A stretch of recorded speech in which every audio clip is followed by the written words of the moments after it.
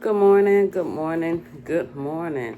This is the day that the Lord has made, and we shall rejoice and be glad in it, knowing that we have the wisdom of God to handle any situation that comes our way. We're the head and not the tail, the first and not the last. We are above only and not beneath. We are more than conquerors through Christ that lives within us. We're blessed. I'm blessed. You're blessed. My family is blessed on down throughout generations. We're blessed in the city, blessed in the field. We blessed coming out, and we are blessed coming in. We are more than conquerors again through Christ that is within us. And God is working in the supernatural on our natural situation. Hello, my good sis, my good bros.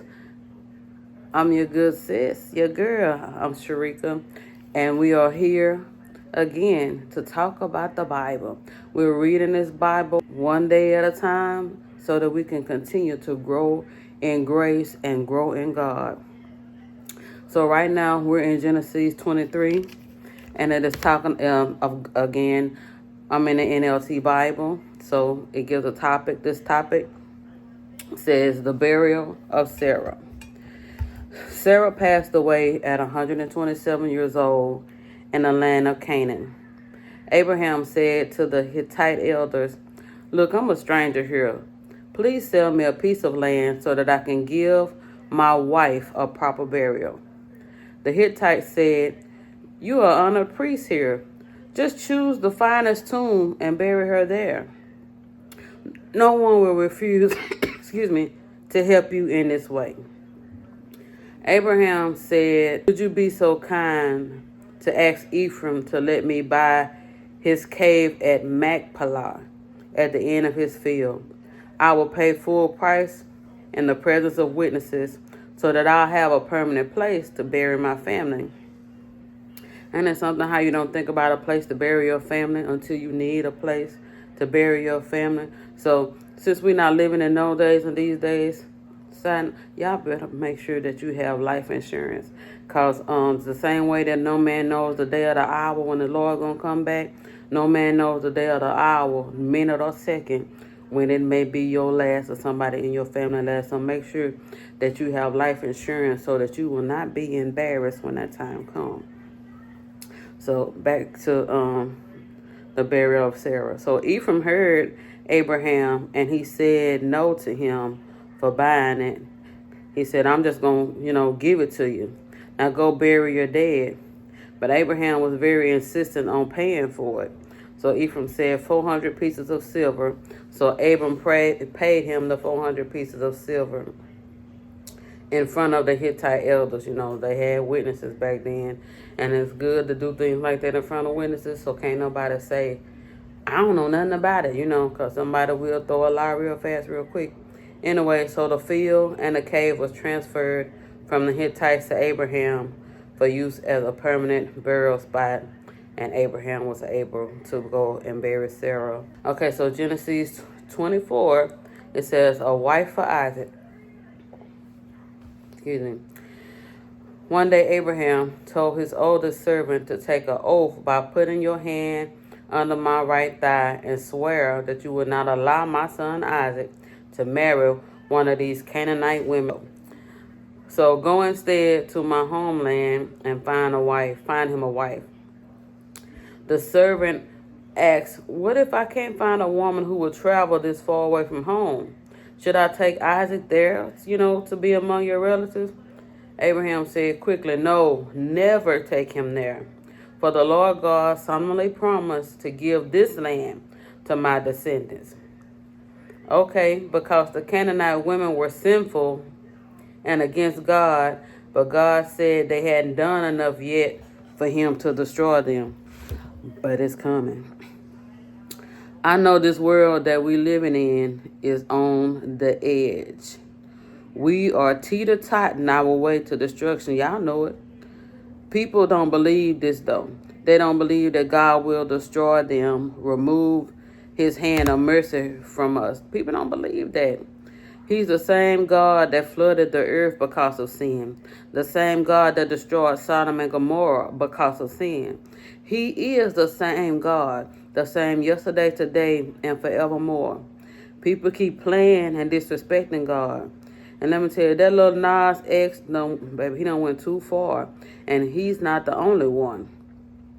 You are soon about to feel the repercussions of playing in God's face. I'm telling you, I hate to be like Jonah and sit back and watch, but sit back and watch. I'm praying that God will, or that they will repent, because God is not just pulling covers off of regular people. He pulling the covers off of the elite. You know how in the Bible it says the very elect gonna be fooled, and we are seeing that.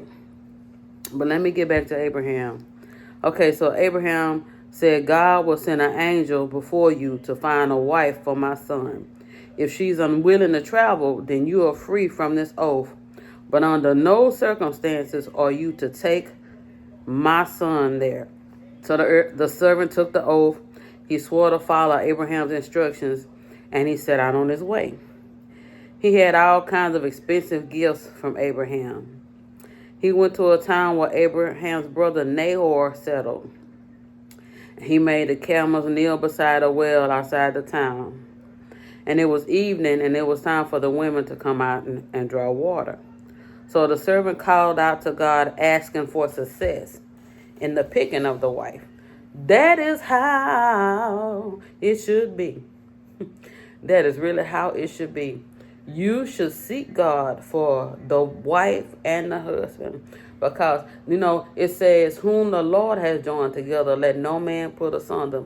But make sure that it is the Lord that has joined you together and not somebody else that can take credit for it. So, people get married and then, in their statement they say, whom the Lord has joined together, let no man put asunder.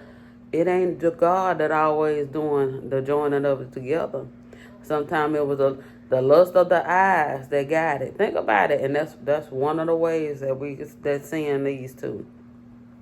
So make sure that it is God that is putting you together, because if God puts you together, He gonna keep you together, as long as you continue to put Him first. And God knows what you need. You know what you want because based upon what you see. God knows what you need because He knows the plans that He has for you. He plans for you to prosper, be in good health and all of that. God knows the person that you need that's going to ride along with you through every trip, every hardship, all of that. God already got that person specially designed. I really believe, and I'm going off course here, I really believe that it would be less divorce if we really put God first, as we should, and seek Him first, as we should. Do like this man did here. I'm going back and say the servant called out to God, asking for success in the picking of the wife. He said, I'll ask one of them for a drink from her jug, and she'll say, yes, I'll water your camels too. Let her be the wife that you have selected for Isaac. How many of us single people are doing like this servant, consulting the Lord about your wife or your husband? Are you following through when God, and that's a good question, are you following through when God shows them to you regardless of the package? Are you men like that rap song that says, I'm looking for a dime, that's top of the line, cute face, small waist with a big behind, like the yin yang tweet? Y'all ain't been saved all my life.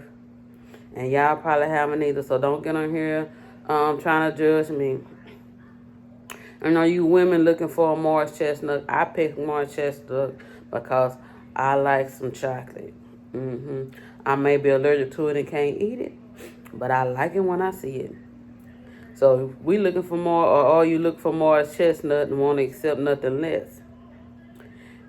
And if you're not going to follow God's rules, then guess what? You need to stop wasting God's time.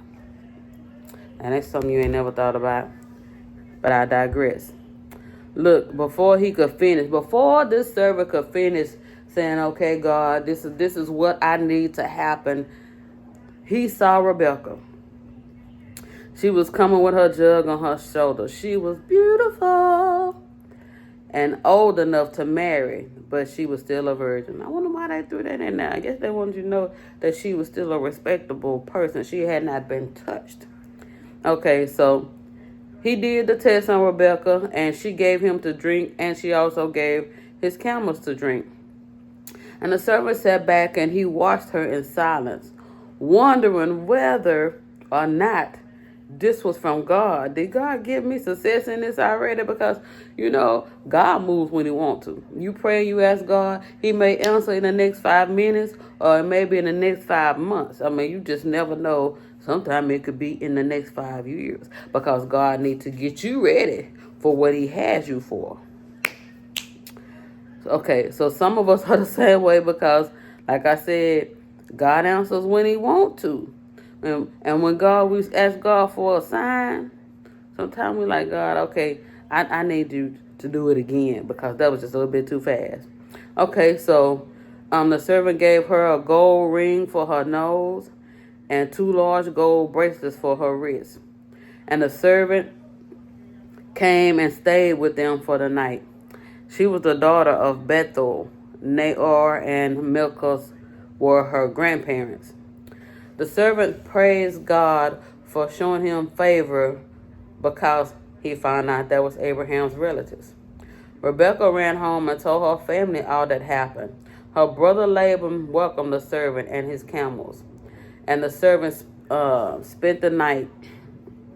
But he said, look, I don't want to eat until I tell you everything that happened. So he went into his whole story of what we just discussed, of what happened. He told them about the assignment and everything and what he said to God and all.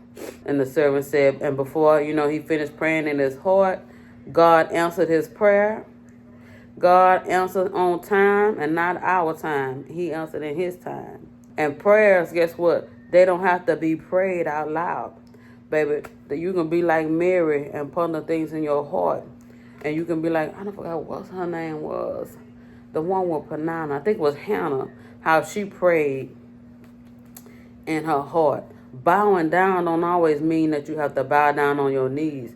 Honey, some of us have a prideful spirit, and that spirit needs to bow before God. Honey, that spirit needs to bow, and then you pray to God. Okay. And let's not forget the angel did go before him and prepare the way and pick the wife. So the Lord said, give an answer, yes or no. Well, the servant said, give me an answer, yes or no, and I know how to proceed. So Laban and Bethuel replied, it's obvious that the Lord has brought you here, so there's nothing we can say. Take Rebekah and go.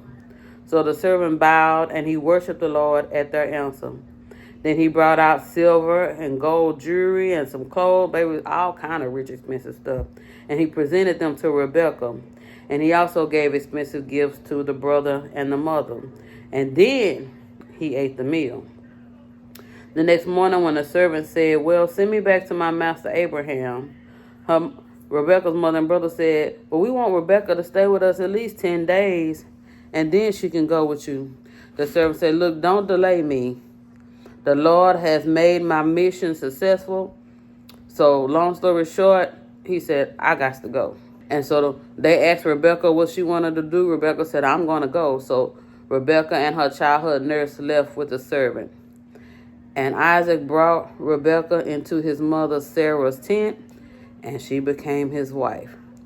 He loved her deeply, and she was a special comfort to him after the death of his mother.